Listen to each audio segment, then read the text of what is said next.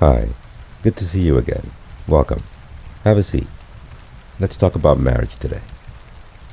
Have you ever asked yourself, what kind of marriage do I want? Or even, what kind of marriage am I in? In a world where everyone has an opinion, from podcasts to posts on social media, marriage has become one of the most debated and misunderstood institutions of our time. Some say it's outdated. Others say it's sacred. Some pursue it with passion. Others avoid it like the plague. But here's the truth. Choosing to get married is still one of the most important decisions you will ever make in your lifetime. Because who you commit to will shape everything. Your health, your finances, your peace, and your future. And it all comes down to your choice. Yours. So today, let's cut through the noise. Let's make that choice a little easier. We're going to briefly explore the 5 types of marriages, each with its patterns, challenges, and outcomes.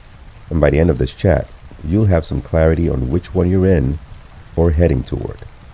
We'll preface this talk with this. Marriage isn't a one-size-fits-all journey, although many try to make it so. It's a unique agreement between two individuals, consciously or unconsciously, about how they choose to intertwine their future lives.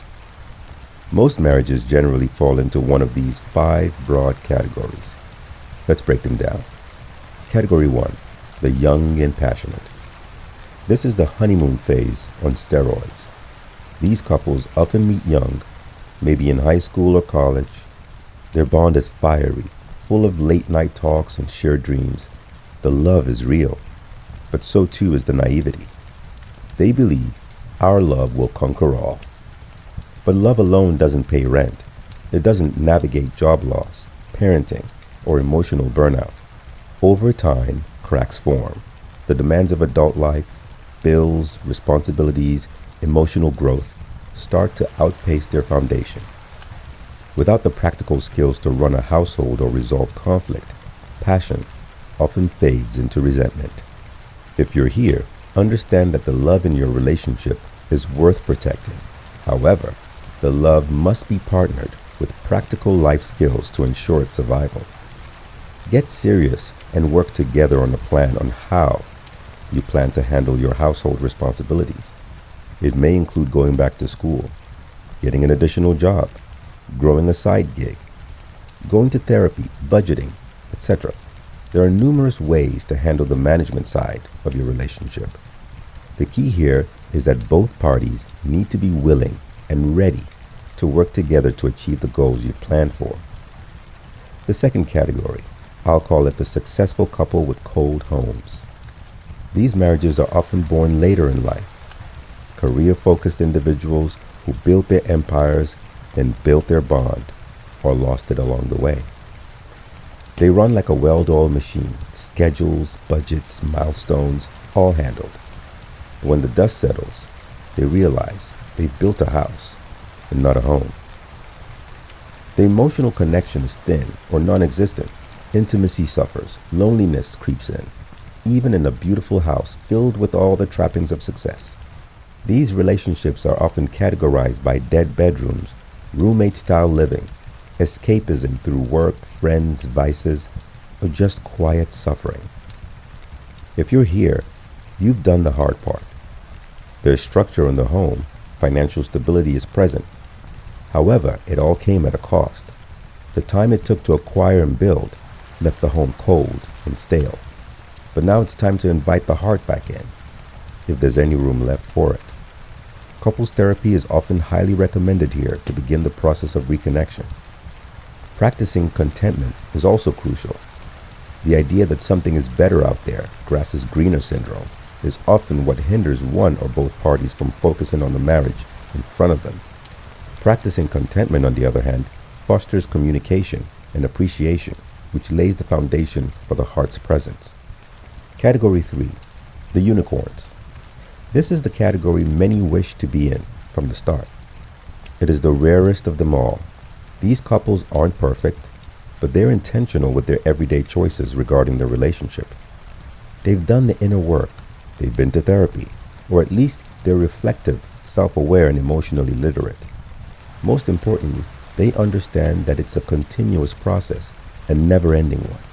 They understand marriage is not a fairy tale, but as continuous work through activity, relearning, and patience. They balance affection with accountability, time together with independence, passion with practicality. They choose each other every day, not because they have to, but because they appreciate their fortune and want to. If you're here, protect it, nurture it. Don't take it for granted. It's a gift few ever find. Category 4, the toxic bond. These are the marriages that hurt. Often rooted in emotional immaturity or past trauma, these relationships are unstable and unsafe. Arguments turn into battlegrounds. Emotional needs are unmet. Abuse, emotional, physical, or psychological, becomes normalized.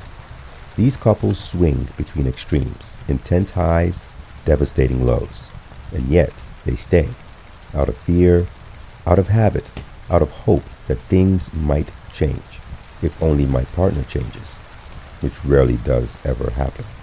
If this is where you are, hear this: you are not alone, and you are not stuck. Help is out there. Seek it. You must. You deserve peace. You deserve safety. You deserve a love that heals, not harms. Category 5, the guided union. This category is unique, not built on chemistry or convenience, but a commitment to a higher structure.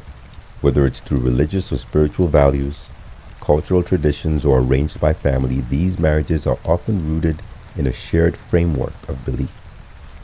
There is stability here, purpose, a sense of destiny.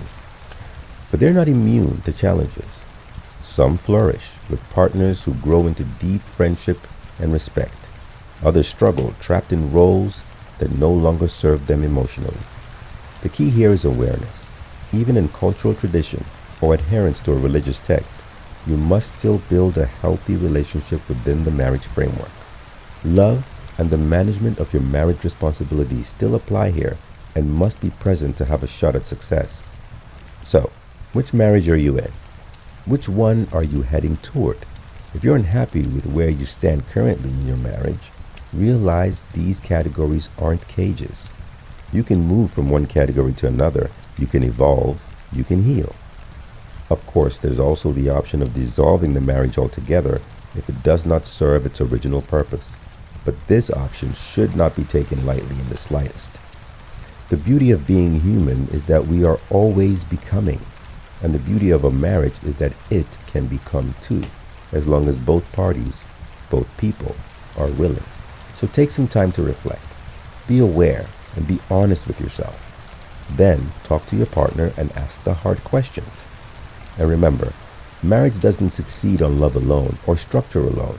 It thrives when two people are willing to do the work, willing to grow, and willing to choose each other over and over again. Thanks again for another Fireside Chat. If this resonated with you, drop a comment below. Which category do you relate with the most? And what's one thing you're working on in your relationship? Don't forget to like, share, and subscribe for more insights like this, where we talk about real choices and how they shape your future. Thanks for watching. Choose wisely.